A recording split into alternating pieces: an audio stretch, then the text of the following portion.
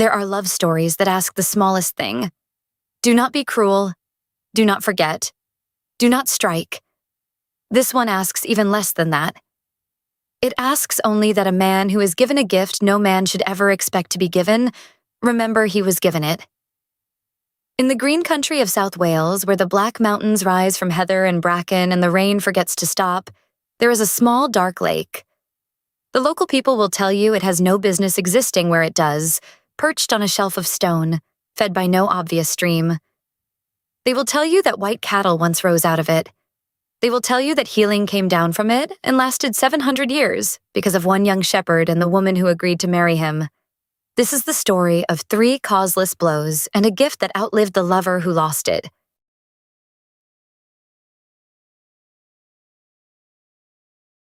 The shepherd was 19.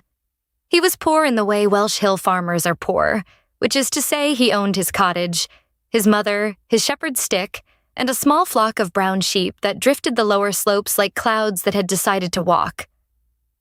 He climbed up to the lake one summer evening to drink because the stream beside his cottage had gone bitter that week. He sat on a stone at the water's edge. The lake was still. And then it was not still. A herd of cattle, white as new snow, walked up out of the water as if water were nothing more difficult than a doorway. Behind them walked a young woman. Her hair was the color of damp wheat. Her dress was the color of the lake. She did not look surprised to see him sitting there. She looked instead as if she had been waiting some time for him to climb up and notice her. He could not speak. She smiled and walked along the shore, and he reached out to her without thinking what he meant to do.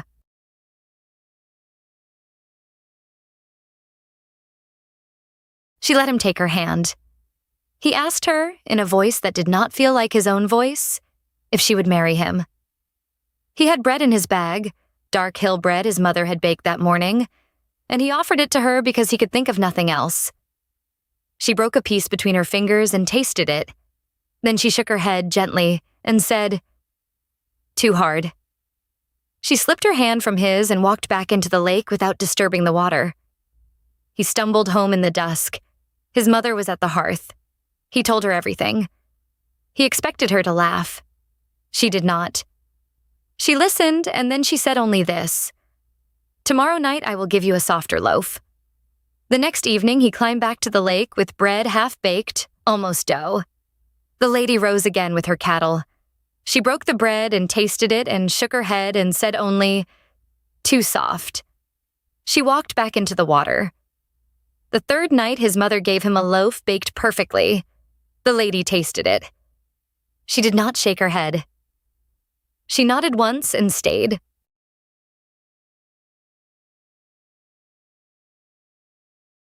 Out of the lake behind her came a tall man with a beard like riverweed and eyes the color of slate. He was her father, the keeper of the lake and the herd. He looked at the shepherd a long time. Then he said, in a voice like water moving under ice, that the shepherd could have his daughter if he agreed to a single condition. The shepherd agreed before hearing it. The father went on as if he had not interrupted him. "If you ever strike her 3 causeless blows," he said, even light, even by accident, even in jest, she will return to me, and her cattle will return with her, and what was given will be ungiven. The shepherd swore. He swore beside the still water. He swore on his mother's name, and on the green country, and on the lake, and on the cattle that had walked out of it. The father nodded once and walked back into the water, and the daughter remained. For her dowry, she called along the shore with a voice that was almost a song. Cattle rose from the lake until the shore was white with them. She walked them down the mountain at her husband's side, white as a moving snowfield.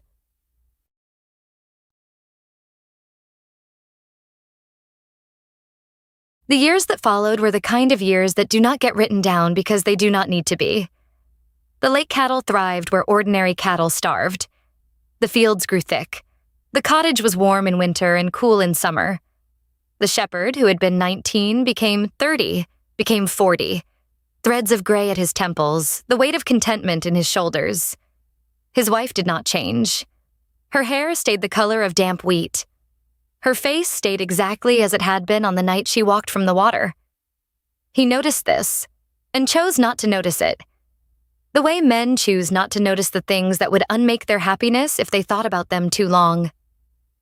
They had 3 sons. The eldest, dark and quiet. The middle, fair and clever. The youngest, the gentlest of the 3, with his mother's slow, steady gaze. The boys grew up beside the lake cattle without ever knowing that their mother had once walked up out of a lake, and that the cattle had walked up after her.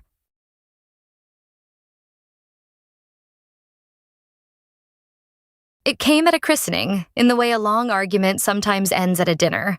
A neighbor's child was being baptized in the small stone chapel down in the valley.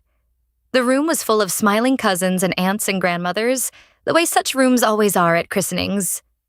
The shepherd's wife was weeping, not loudly, not in a way anyone could quite see, but weeping. He nudged her elbow lightly, only to ask her what was wrong, and as he did, she turned to him and said calmly, "That was the first." He did not understand. She told him only that the child would suffer all his life from grief he had not earned, and that her tears were for the child, and that the touch on her elbow had been a blow without cause. The second blow came years later at a wedding. The shepherd's wife was laughing aloud while the bride and groom said their vows. He laid his hand on her arm to quiet her. She turned to him calmly, the way she had turned at the christening, and said, "That was the second.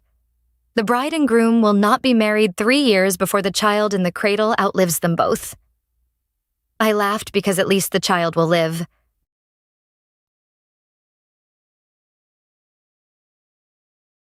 The third came at a funeral. The funeral of a small child who had not lived to see a second summer. The neighbors stood weeping around the open grave in the slow Welsh rain. The shepherd's wife was laughing. The shepherd was older now. His youngest son was nearly a man. He had remembered, every day for many years, the bargain by the still water. He had remembered for so long that he had begun to forget that remembering was a thing he had to do.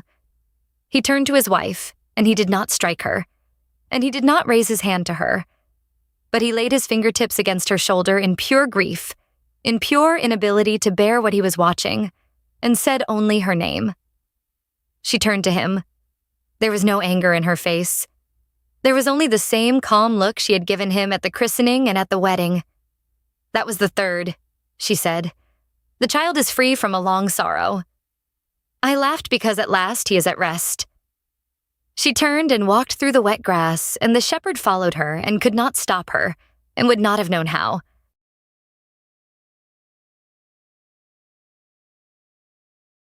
She walked all the way home.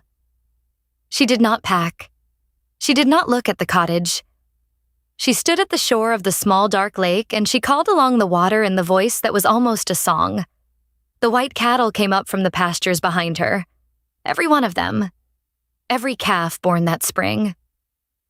They walked past her into the water, and they did not come up again. She walked in last. The shepherd reached the shore as the water closed over her hair.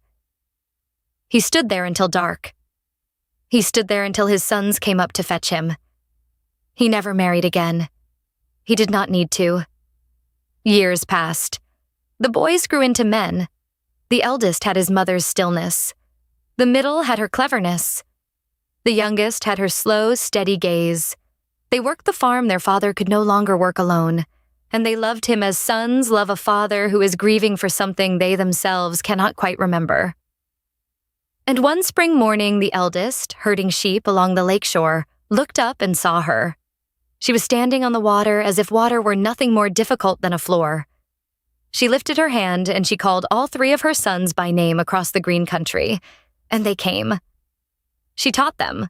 For an entire summer, on the shore of the small dark lake, she taught them what every leaf at the foot of the Black Mountains was good for. She taught them which root drew a fever out and which bark closed a wound. She taught them the order in which to give herbs to a woman in labor, and the order in which to give them to an old man at the end. When she had taught them everything, she walked back into the water, and that time they let her go. They went down into the valley. They became the healers of a village called Myddfai. The remedies they wrote down were copied into manuscripts that survived 700 years into our own. The lake is still there. The cottage is long gone. The cattle never came back. But the healing came down out of the water and into our hands because a young shepherd once forgot 3 times exactly what he had promised. And because the woman he had married kept her last promise as carefully as she had kept her first. This was Forgotten Fables. Follow the channel when you want the next story the loud world forgot.